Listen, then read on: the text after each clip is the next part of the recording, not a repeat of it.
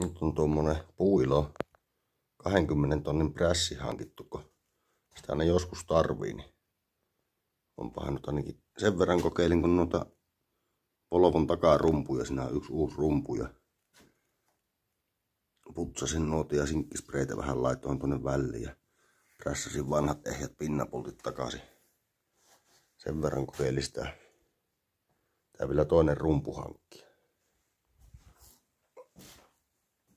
Vaihelaatikon just laittoin kassaa. Tonneksi en laittanut tarkastamatta tätä kartaanilaapa Stefaa, kun mukana tuli tällainen. Eihän se ole sinne päinkään, kun vertaa tähän vanhaan. Onhan se tuohon reikään sopivan kokoinen. Mennessä rutin jo lyömään kiinni, mutta joku etiäinen tuli, että kokoonpas nyt, onko se käypäinen tuohon laippaan, niin vääränlainen on. Pitää vielä tuo hankkia uusi. Tuo etumainen Stefa sentään taisi olla oikein kokoinen. Tuo kannen tiivistä tuosta vielä puuttuu, kun siinä oli rikki yksi, mistähän mä nyt löysäsin.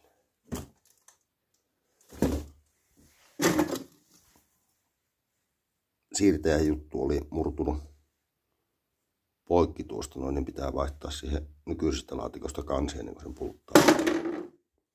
Eipä siinä.